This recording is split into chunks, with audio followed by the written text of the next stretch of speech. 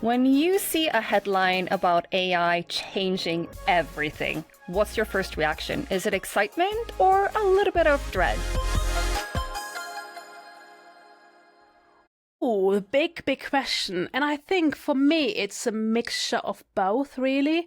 Obviously, when you're thinking about all the big transformation and jobs being cut or not even necessary anymore, then yeah, there's definitely anxious note of how I perceive that.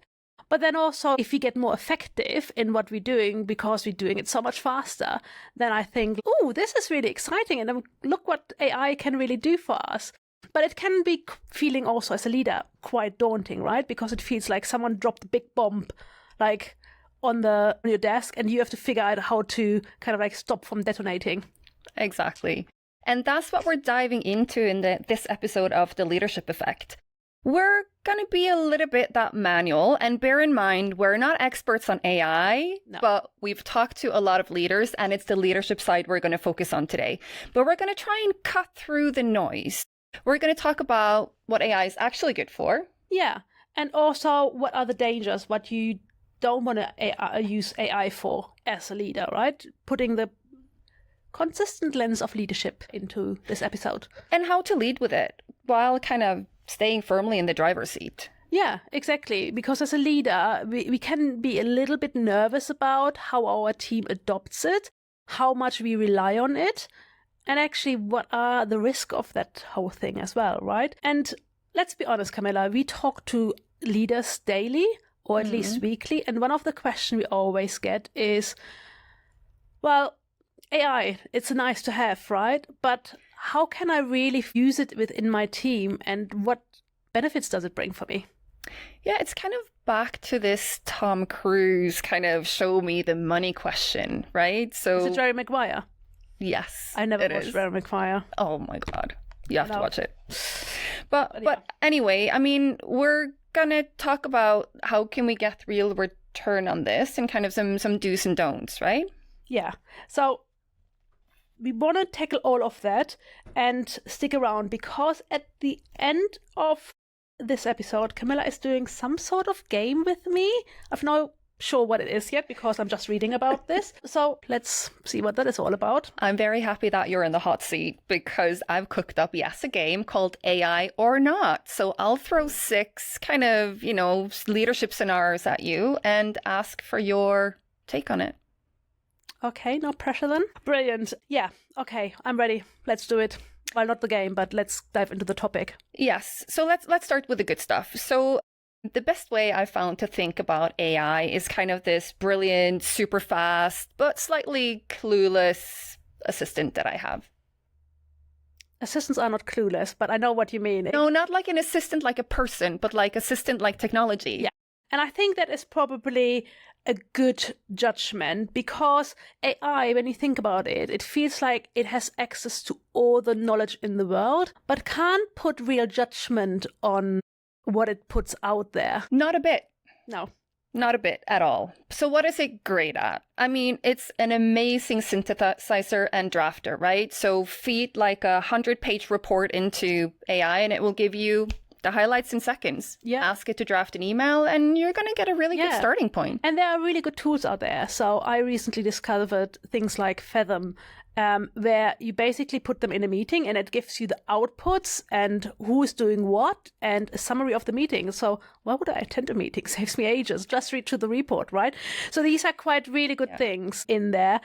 But it makes us more effective and it frees us time for the human part of using AI, which is still really, really relevant and I think really, really important. And I often kind of like use it for scenario thinking. So using ChatGPT and putting something in there.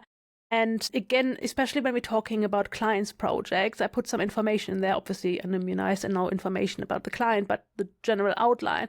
And thinking about what are the 5 risks that this project has that we haven't maybe considered. And these kind of brainstorm questions give me a really good starting point when using it. And I mean, you kind of touched on this. It's kind of the admin relief in it, right? So you touched upon taking meeting notes and also kind of summarizing action items, it's such a big game changer. Like, I remember the old days, like we would do an interview, we would transcribe it, then we would read through the transcriptions and we would summarize notes. I mean, honestly, it took us days, right? And now it's done in not seconds, but at least a couple of hours. Oh yeah.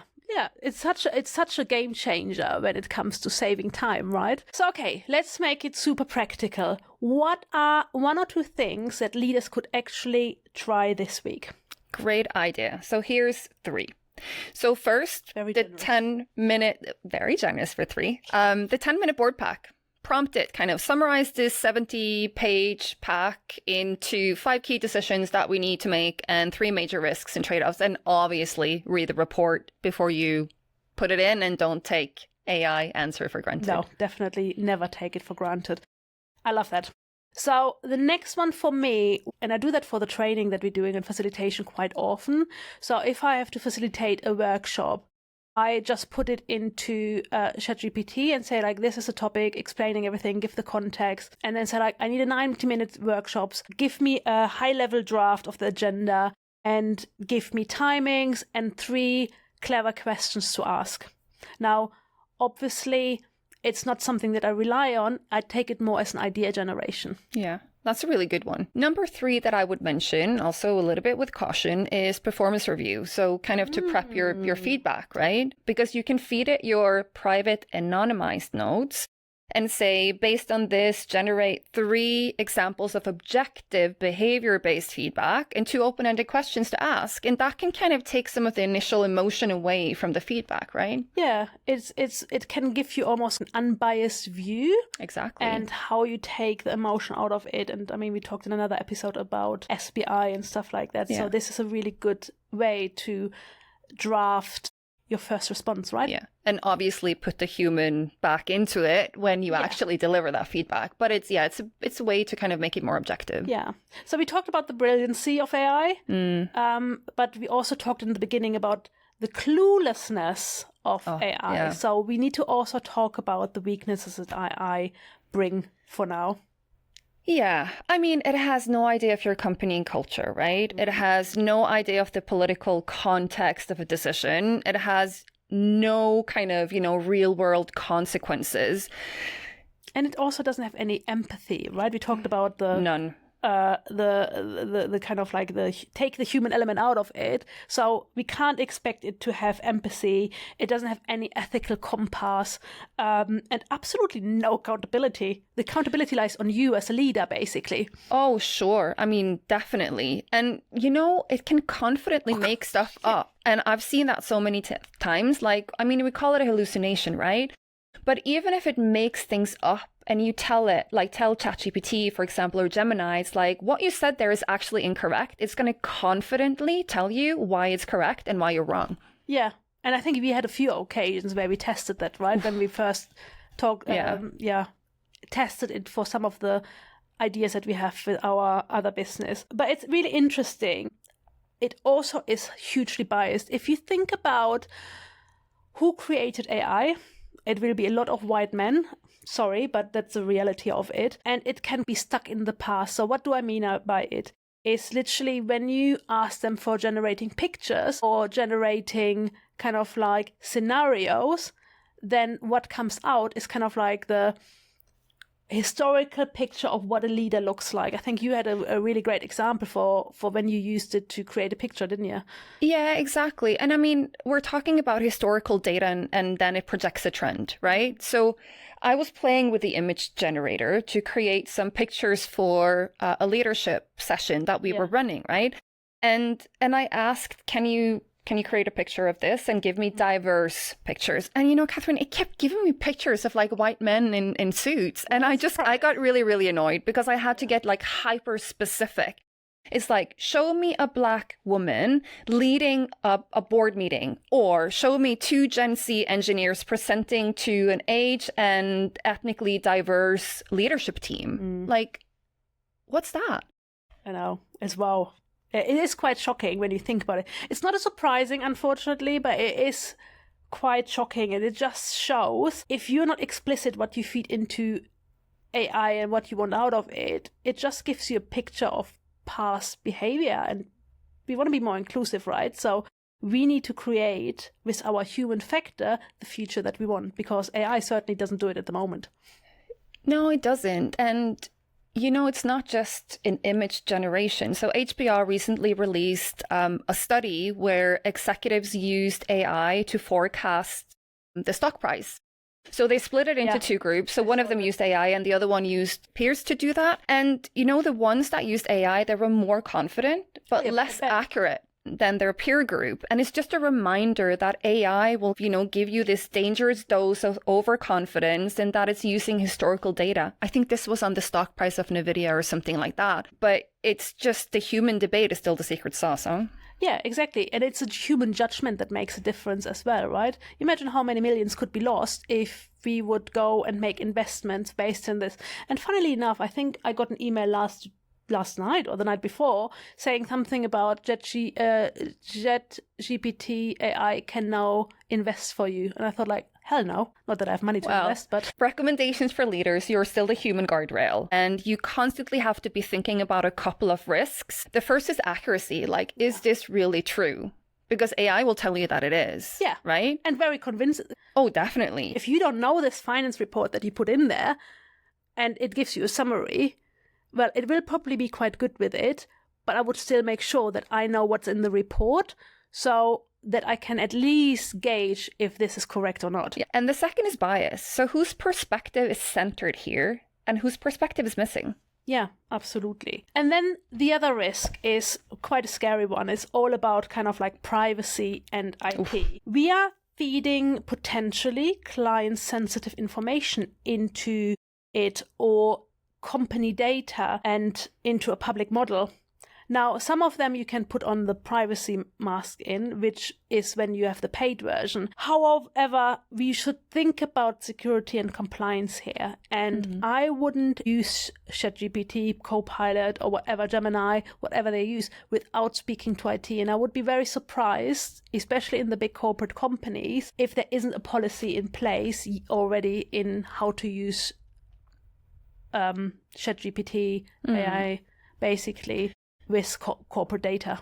No, definitely. I mean, there's probably tons of risks that we haven't thought about, but there is one that really concerns me, and that's deskilling. So if we always let AI draft, you know, the first memo, do we forget how to do it? If we let it summarize every single report, do we miss kind of our critical thinking? Yeah, and you know, we've seen that in the past.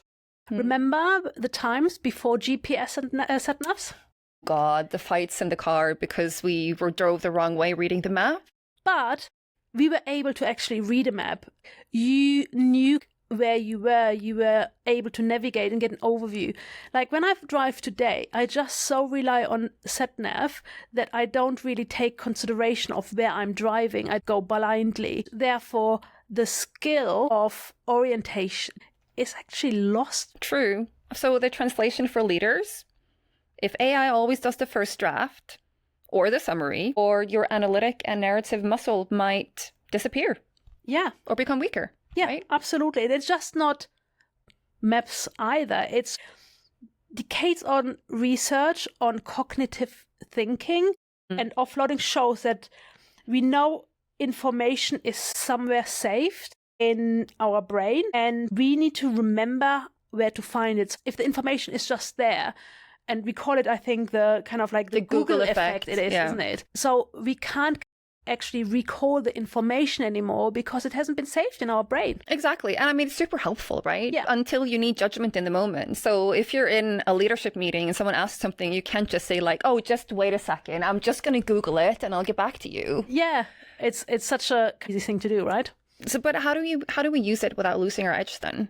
Like, and do we have a deskilling plan that we can share with the leaders in the audience? So for me, it's about first write it yourself and then compare. So it's about thinking, for example, around key memos. Do maybe a 10-minute kind of like write down what are your ideas. And then before you ask AI, think about that list really clearly. What are the things that you would come up? And then put it into AI. And that keeps that muscle going. Oh, that's a good one. I would do AI-free deep work. And what I mean by that is like 60 to 90 minutes a week, work on your strategy, your long-term planning, but do it, whether it's pen or paper on your computer, I don't care, but do it without AI assistance and then AI afterwards. Yeah. And that's so much easier, isn't it? Because you then don't start to rely on just AI. You bring in your own thinking in there as well. And then obviously shadow the summary, one of my favorite one, because obviously if AI summarizes a board pack or a presentation or two sources, like gives you an outcome of one article or whatever it is, you want to first sense check, is the information right, in the sense that you also look at the research, but then also add one insight that AI misses. Imagine you go to a meeting with your finance lead and you've presented the data. And you get questions like, oh, what does that number mean? Why do you recommend this? And you have no idea what's in there because AI did it. Imagine that. Yeah, that is embarrassing, but also... It's dangerous. Yeah, it's dangerous because it might be that decisions are made on this data that is not correct, right? Yeah. So bottom line. Yeah. AI can boost the output, but we still need to put the human factor on top of it. Use it as a co-pilot, haha. But I wonder why they picked that name. Yeah. Yeah. So basically what we're saying, draft with AI. Yeah. And then put the humans on it. Decide as a human. Decide as human, yeah. Definitely. Okay. So that kind of brings us to the big C-suite question. Why aren't we seeing huge return on investment yet? And bear in mind, again, we're not AI experts. We know there's a huge ton of complexity in organizations and already when it comes to technology in organizations. But why don't we see that investment? I think usually because organizations are making some few classic mistakes, kind of like, oh, let's use AI somewhere, or kind of like almost go on a scavenger hunt of where to use it. And especially leaders, they feel like I have to use it, but I'm not quite sure how or what I'm allowed to do or when to use it. Do you think the training is sufficient? No, I don't think there's enough training out there. I mean, we heard about, I think yesterday we spoke to one of our potential clients who said they're just doing AI literacy training. I think on a very, very high level, and also not necessarily developed by experts. It was very much in-house developed, right? So I think needs to be much more guard railing of what is needed and then roll out the training to make everyone more comfortable with it. And I mean, you can have the best process, the best system, the best technology in the world, but if people don't know how to use it, it kind of just sits there. It's like to have this super fancy car and you don't have a driver, right? Yeah. The car just sits there. It doesn't go anywhere. Yeah, absolutely. And often companies also don't measure things. So there are actually some independent studies from places like MIT or Media Lab that suggest that around 95% of pilots, and we're talking about AI pilots, they stall because they show no measurable return. So if they don't immediately see a return, they kind of like, oh, what's the point? Or they get frustrated because maybe they haven't skilled the workforce to use the AI, or they haven't kind of like connected the different bits within the organization. Or maybe they didn't agree on the success measures in the first place, so they didn't actually measure it properly, right? Yeah. That might also be a case. And let's face it, we are not expert on AI. And I feel we need a separate episode almost of maybe with an expert who tells us about kind of like what do you need to do in your organization to adopt AI. But when we bring it back to the leader, what are the things that we can do? Yeah. And we do have another acronym for you. As a leader, how can you kind of navigate that landscape? And yes, I love my acronyms. But this is pilot. Yes. Tell me more about pilot. Yeah, so let's break it down. So P is for purpose. So be ridiculously specific about the problem you're trying to solve and how you're going to measure it. So how does success look like? And I is for inputs. So use safe, non-sensitive data, write inclusive prompts, and tell AI basically which trusted sources you want to use as a reference, because otherwise you don't know where it's referenced, you don't know where the stats come from, and they could be literally be made up because it's a language model that predicts rather than necessarily puts on information from sources that are relevant. And L is for loop. So always have a human in the loop. And this is so crucial. And when I say in the loop, to review, to refine, to course correct if needed, and maybe appear if it's something like big decisions, so more than one human, basically. And O is for operationalize. Operationalize. I don't know why I find it so hard. But it's about connecting AI to the work that you are doing. So plug in the outputs to your team meetings, to your CRM systems, to your project plans. Make it part of the everyday work that you are doing to get basically the effects from it. And finally, the T is for track. Measure the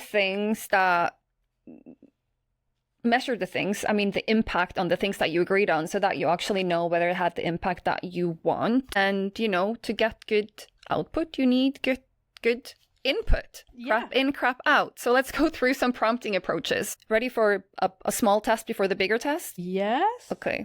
So what do you say to pressure test an idea with AI? Well, for me, is basically giving in AI the prompt of give me 3 strong viewpoints against this proposal. Okay, I'll buy that. And what would you use to analyze an output? So obviously, depending on the sensitivity of the output and the data, I would probably put it in and ask, what are the biases that I'm missing? What are the things that I should consider? Yeah. And how about tailor for audiences? Oh, that's an easy one. I've done that before. So I think I normally then put in whatever it is, either the podcast or the speech or whatever, and just say, rewrite this post prompt, whatever, for 3 different audience, for example, for senior leaders, for executives, and for first-time managers. Yeah, brilliant. And how about using AI to make a decision? Well, I would probably ask AI for something like give me a balanced recommendation with key risk and 3-step action plan. Yeah, I like it. It's kind of using AI as a sparring partner instead of a stenographer, right? Yeah, I think that's a really good analogy. I like the sparring partner and getting some ideas. But do we need kind of some clear rules and kind of, Yeah. I think especially if you are a leader and you're leading a team where things are not guardrailed, you need to think about how do we want to work with AI? What are the guardrails that we want to set ourselves? And I like to use a system, red, amber, green. Very easy to use. And we just need to define what is red, what is amber, and what is green. So let's do it. Red. What is red? Well, I guess it's for human-only decisions, right? Disciplinary actions, layoffs, ethical calls, AI not allowed, full stop. Exactly. And amber then is kind of like AI draft, but human sign-off. So really, these could be major company announcement that you run through. You want to get the first draft, but then obviously you want to put your own tone, your own voice in there, making sure that's relevant to the culture and to the values of the company. In the end of the day, human must own the outcome of it and the communication.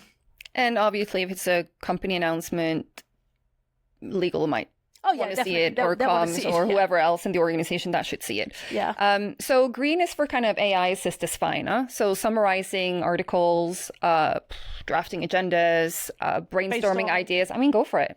Yeah. And I think once you have those rules and those guardrails, be really visible and clear about them. Put them into a Slack or Teams channel or Blackboard in the company or something like that, where it's visible for everyone. And as a bigger corporation, you might want to almost do a policy around it, I guess. Yeah. And I mean, it all comes down to one question. Are you leading AI or is AI leading you? Yeah. That's basically it. Your job as a leader is to set the question, to rigorously stress test of how we're using AI and also the outcome of AI. Just don't, we said it now multiple times, don't take it for granted and don't take it for face value. Really making sure that ultimately you are responsible for the outcome and you are accountable as well. So the buck still will stop with you. So AI doesn't just do your job. We just want to make sure that yeah, you still own that. I would say AI cannot do the human part of your job, right? So continue doing that, and let AI assist you in some of the other things.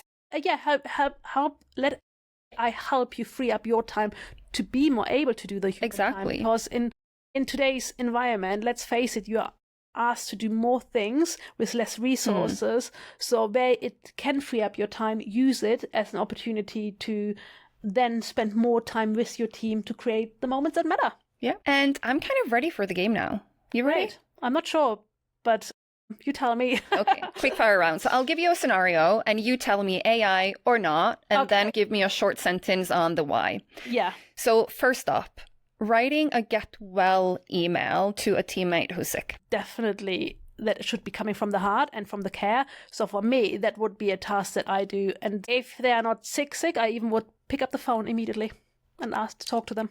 Good call. Okay, number 2, prepping for a tough performance conversation. Well, if I'm really being honest and do it as I would do it, I probably wouldn't use AI. But as we just discussed, and I'm quite good at those conversations, not to blow my own trumpet, but well, it could be a really good idea if you're something that you struggle with something or are getting quite emotional. I would probably test it, as we said earlier, with AI. Put it in there, but give your own context in there, and be really careful to put anonymized data into AI to give you an idea. But yeah, put in the human element to have the conversation. Yeah, I like it. So AI with huge caution. It's more to kind of keep the conversation objective and behavioral versus, personal. Yeah, absolutely. Okay. Cool. So number 3, planning the annual strategy offsite. Yeah. So I would definitely, as a draft, use AI to give me ideas about what it looks like, what the agenda could look like, what are the timings, and so on and so forth.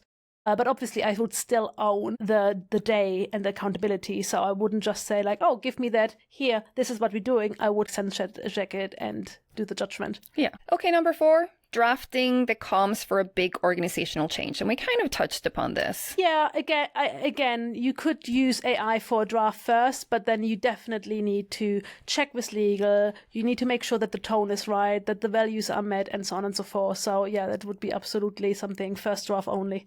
Yeah, always. So number 5, picking the next team building activity. Well, it could be both, right? For me, it's about team building, so the team definitely needs to involve. It can give you an idea of 20 fun things to do or challenging things to do as the brainstorming, but then I would bring these ideas back to the team and ask like, guys, what do you want to do? Yeah, so involve the team. Yeah, get all the brilliant ideas from AI and the team, let them build and let the team decide. Okay, perfect. So last one, summarizing that 70-page board pack into key actions. Well, I would read it first because obviously I want to know what's in there, even though 70 pages are long to read. I might gonna ask for a summary to narrow it down, and then I would ask for key actions. You passed with flying colors, Cathrin. So literacy in AI. Well, my only add is a simple rule. If the decision touches someone's dignity, their career, their job, AI never gets the final say. Yeah. And I think that is really interesting. We should really make sure that we verify all the information that is coming out. And yeah, I think that's a perfect place to leave it. So our big takeaway for today is draft with AI. Decide as a human. And lead out loud. So tell your team how you're using it, what your rules are and why, and follow company corporate guidelines, obviously. Yeah.